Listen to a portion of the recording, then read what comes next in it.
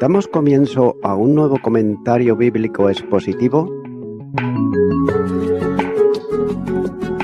Servidores de Dios. Quien te habla es Manuel Cornejo. En esta ocasión estaré compartiendo sobre el libro de Job, capítulo 34 y versículo 1, donde dice: Además, Eliú dijo. Estaré compartiendo también la Biblia Nueva Estándar Americana 1995, donde dice: Entonces Eliú continuó y dijo. Nótese que Eliú él esperó a que Job responda, ya que este capítulo está dedicado a establecer la justicia de Dios. Por tanto, Eliú no argumenta tanto a partir de casos de providencia divina como de la necesidad de la naturaleza divina y del hecho de que Dios fundó, sostiene y continúa gobernando el mundo, ya que su razonamiento no es inductivo sino a través de las instrucciones del sentido moral. El hombre siente que Dios debe de hacer bien un argumento similar al que, por ejemplo, Goethe emplea en la prueba de la existencia divina. Su gobierno es integral y también imparcial, ya que los altos y los bajos son castigados con igual severidad. Y ese gobierno está fundado en la sabiduría. Ciertamente el hombre no puede mejorarlo, como señala Job capítulo 34 versículo 33, donde dice: ¿Ha de ser eso según tu parecer? Él te retribuirá, ora rehuses, ora aceptes, y no yo. Di sí, no, lo que tú sabes. Nótese que el lenguaje es más severo de lo que debiera de haber esperado de los comentarios iniciales de Eliú, pero sin embargo, está marcado por una deferencia que faltaba por parte de los amigos, ya que el que habla bajo el impulso divino debe a veces pronunciar verdades desagradables. Continuar con el versículo 2, donde dice: Oíd, sabios, mis palabras, y vosotros, doctos, estadme atentos. Y también dice: Oíd mis palabras, sabios, y escuchadme lo que sabéis. Comienza diciendo: Escucha mis palabras, oh sabios, dirigiéndose particularmente a los tres amigos de Job. Tengas en cuenta que el capítulo anterior había sido dirigido al propio Job, ya que le había expuesto sus puntos de vista sobre el diseño de la aflicción y no tenía nada que responder. Y ahora se dirige a sus amigos con el fin particular de examinar algunos de los sentimientos que Job había avanzado y demostrar dónde estaba equivocado.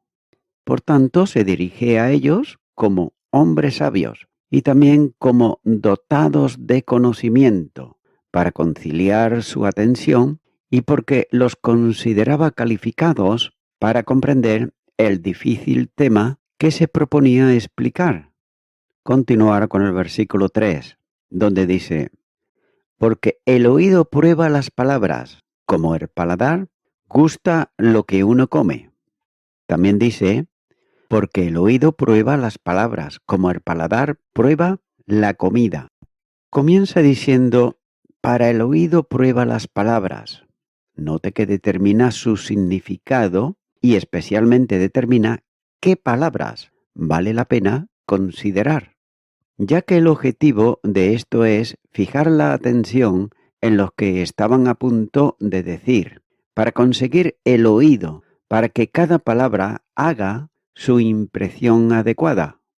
Por otro lado, la palabra oído en este lugar, sin embargo, parece no ser utilizada para denotar el órgano externo, sino toda la facultad de oír. Es escuchando que se determina el significado de lo que se dice, como es por el sabor que se distingue la calidad de la comida. Continúa diciendo: como la boca sabe a carne, como se refiere en el hebreo paladar. Y el significado es, ya que el órgano del gusto determina la naturaleza de los diversos artículos de alimentos, también la misma cifra es usada por Job en el capítulo 2 y versículo 11, donde dice: ciertamente el oído distingue las palabras y el paladar gusta las viandas. Continúa ahora con el versículo 4, donde dice: escojamos para nosotros el juicio, conozcamos entre nosotros cuál sea lo bueno. También dice: escojamos por nosotros mismos lo que es correcto, conozcamos entre nosotros lo que es bueno. Comienza aquí hablando de juicio, es decir, de justicia e equidad. El juicio se usa a menudo, sinedot, químicamente para juicio justo. Note lo que dice Job, capítulo 8 y versículo 3. ¿Acaso torcerá Dios el derecho o pervertirá el Todopoderoso la justicia? Y el Salmo 37, versículo 28 dice: porque Jehová ama la rectitud y no desampara a sus santos. Para siempre serán guardados, mas la descendencia de los impíos será destruida. Por tanto, no luchemos por la victoria, sino solo por la verdad y la justicia. Este sería mi único cuidado y también ocupación. Por tanto, dejemos a un lado todos los prejuicios y animosidades que percibo han tenido una influencia demasiado grande sobre ti y tus amigos, y consideremos imparcialmente la verdad desnuda y el derecho de la musa. Hagamos también saber, es decir, descubramos o demos a conocer unos a otros. Y hagamos lo que es bueno, quien tiene la mejor causa. Continúa ahora con el versículo 5, donde dice: porque Job ha dicho, yo soy justo, y Dios me ha quitado mi derecho. También dice: porque Job ha dicho, soy justo, pero Dios me ha quitado mi derecho. Comienza diciendo, soy justo, es decir, soy perfectamente justo, pero esto no dijo Job, sino todo lo contrario. Note lo que dice en Job capítulo 9, los versículos 2 y 3, donde dice: ciertamente yo sé que es así. ¿Y cómo se justificará el hombre con Dios? Si quisiere contender con él, no le podrá responder a una cosa entre mil. Y Job capítulo 14, versículo 4 dice: ¿quién hará limpio a lo inmundo? Nadie. Así pues, dice que soy una persona sincera, nada hipócrita, como me hicieron mis amigos.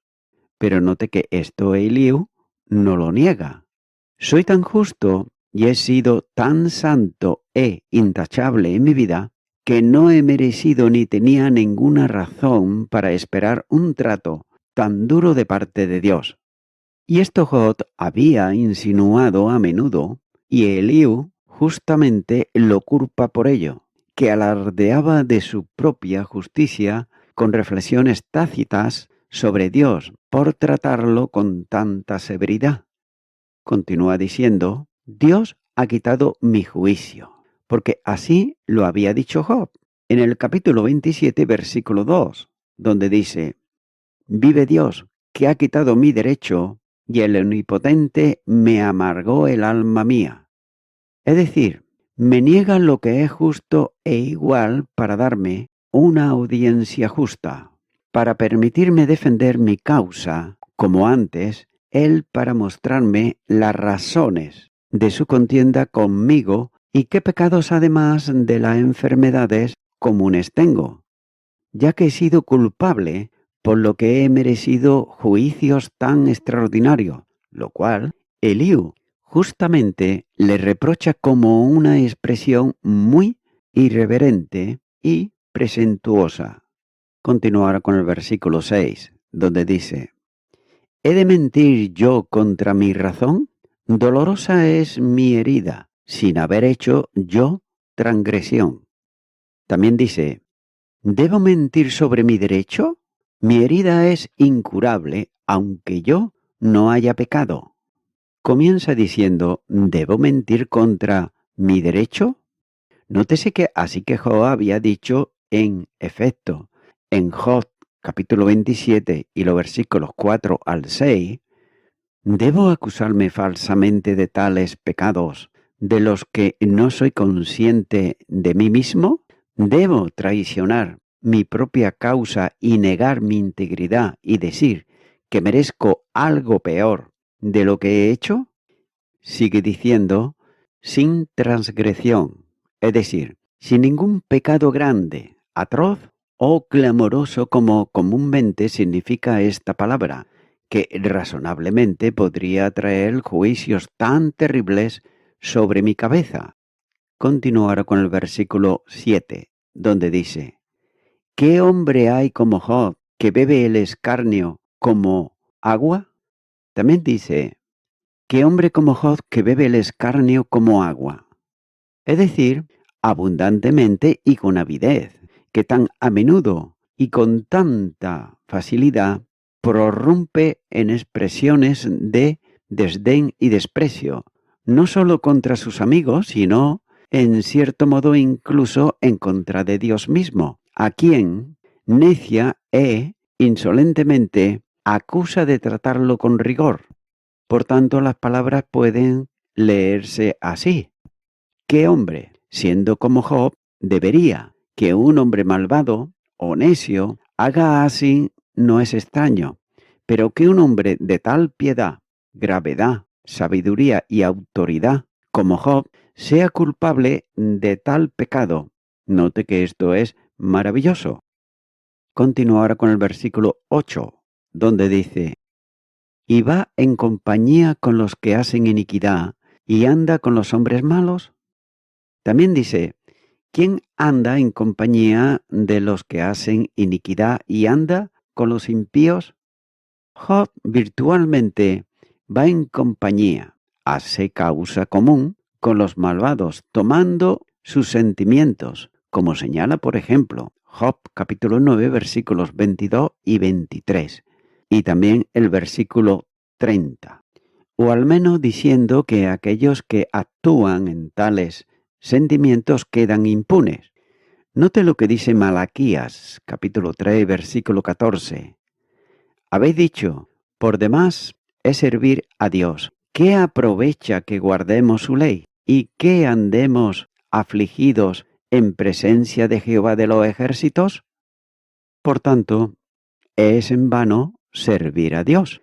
Negar el justo gobierno de Dios, porque no vemos las razones de sus actos, es virtualmente tomar parte con los impíos. Continuar con el versículo 9, donde dice, porque ha dicho, de nada servirá el hombre en conformar su voluntad a Dios. También dice, porque ha dicho, de nada le sirve al hombre cuando está complacido con Dios. Comienza diciendo, él ha dicho, no absolutamente y en términos expresos, sino por consecuencia no forzada, y en cuanto a esta vida, y con referencia a sí mismo, porque dijo que los hombres buenos no eran menos, no, a veces más miserables aquí que los malvados, como señala Job capítulo 9, versículo 22 y capítulo 30, versículo 26, y que por su parte él no era un ganador en cuanto a esta vida por su piedad, sino un perdedor, y que Dios no le mostró más bondad y compasión de la que solía mostrarle al más vil de los hombres, lo cual fue una opinión y expresión muy ingrata e impía, ya que la piedad tiene la promesa de esa vida así, como de la venidera, y Job tenía tales apoyos y tales seguridades de su propia rectitud y de su felicidad futura, como él confiesa, ya que fueron y deberían de haber sido considerados incluso para el presente como una mayor comodidad y beneficio que todo lo que este mundo puede proporcionar. Sigue diciendo que se deleita con Dios, es decir, que debe elegir y deleitarse en caminar con Dios y hacer que su principal preocupación y ocupación sea agradarle y cumplir sus mandamientos, cuál es el verdadero y propio carácter de un hombre piadoso. Continuar con el versículo 10, donde dice: Por tanto, varones de inteligencia, oídme, lejos esté de Dios la impiedad y del Omnipotente la iniquidad. También dice: Por tanto, escuchadme, hombres de entendimiento, lejos esté de Dios hacer lo malo y del Todopoderoso hacer lo malo. Comienza diciendo: vosotros hombres de entendimiento. Es decir, tú que estás presente y entiendes, estas cosas juzga entre Job y yo. También dice: lejos esté de Dios que haga el mal. Esto debe de establecer como un principio, que el Dios justo y santo no hace ni puede tratar injustamente a Job, ni a ningún hombre, como Job insinúa que Dios había tratado con él. Continuar con el versículo 11, donde dice: Porque él pagará al hombre según su obra, y le retribuirá conforme a su camino. También dice: Porque él paga al hombre conforme a su trabajo, y hace que la encuentre según su camino.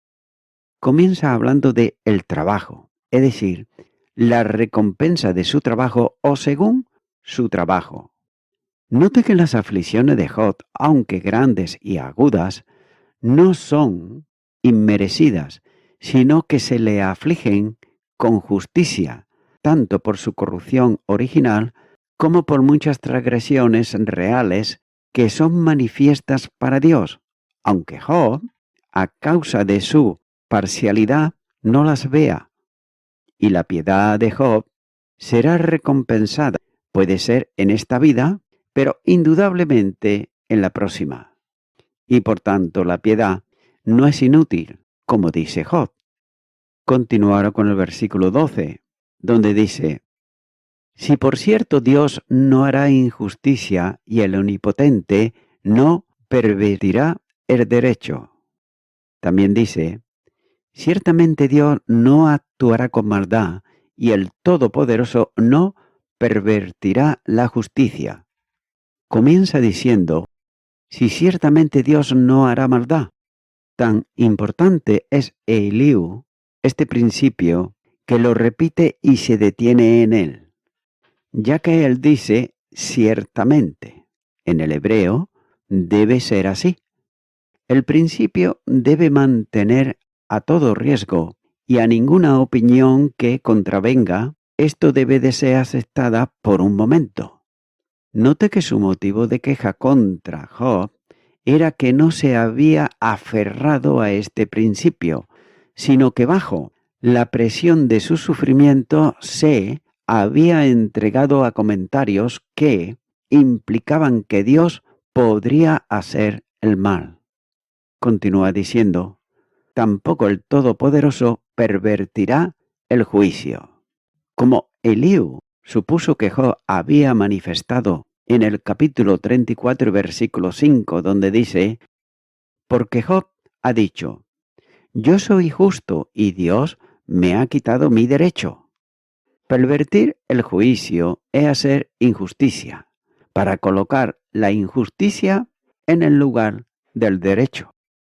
Y voy concluyendo con esto. No debemos de tomar al azar todos los sentimientos, cualquiera que sea el que los proponga, sino probar con la piedra de toque de la verdadera sabiduría y la revelación de Dios las declaraciones incluso de hombres piadosos como Job, ya que los espiritualmente sabios tienen discernimiento espiritual, por lo que casi instintivamente en su mayor parte bajo la guía del Espíritu de Dios para elegir el bien y rechazar el mal. Hebreos capítulo 5 y versículo 14 dice: Pero el alimento sólido es para los que han alcanzado madurez, para los que por el uso tienen los sentidos ejercitados y el discernimiento del bien y del mal. Note que los maestros pueden exponer delante de ellos. Entonces Pablo, como Eliú, apela a la sabiduría espiritual de sus oyentes para probar su doctrina, cuando dice: hablo como a sabio, juzgue lo que digo. Primera carta de Corintios, capítulo 10 y versículo 15. Amigo y amiga oyente, en la actualidad, todo nuestro sistema de pensamiento humano se basa en esto. Razonamos de la experiencia a la verdad. Creamos que muy pocos de nosotros logramos llegar a la verdad. Pero sin embargo, Dios razona a la verdad y Él es además la verdad. El Señor Jesucristo dijo: yo soy la verdad. Sin embargo, Poncio Pilato preguntó: ¿qué es la verdad? Pues bien, la verdad no es una cosa, sino que la verdad es una persona, que es Jesucristo mismo. Y lo que se debe de hacer es razonar de la verdad a la experiencia, y esto es lo que Dios también hace. Amigo y amiga oyente, creer en Jesucristo y en su obra de salvación no es una religión ni una tradición, sino que es una comunión permanente con el Salvador Jesucristo, que permite que el pecador arrepentido se reconcilie con Dios.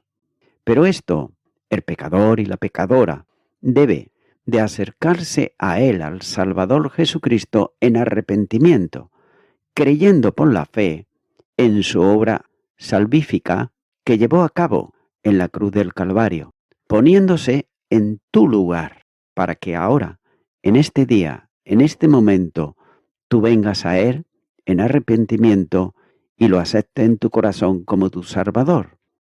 Si nunca antes lo has hecho, ahora pues te invito a que así lo puedas hacer. Ora conmigo y repite ahí a donde estás y di: Señor Jesucristo, he buscado en muchos lugares, buscando la verdad aquí y allá. Pero tu palabra dice bien claro, como ningún ser humano jamás lo ha dicho ni lo puede decir, que tú eres la verdad. Yo lo creo. Por eso vengo a ti en arrepentimiento, creyendo la obra que tú llevaste a cabo en la cruz del Calvario a mi favor. Te abro mi corazón y te acepto ahora como mi Salvador. En tu nombre, amén.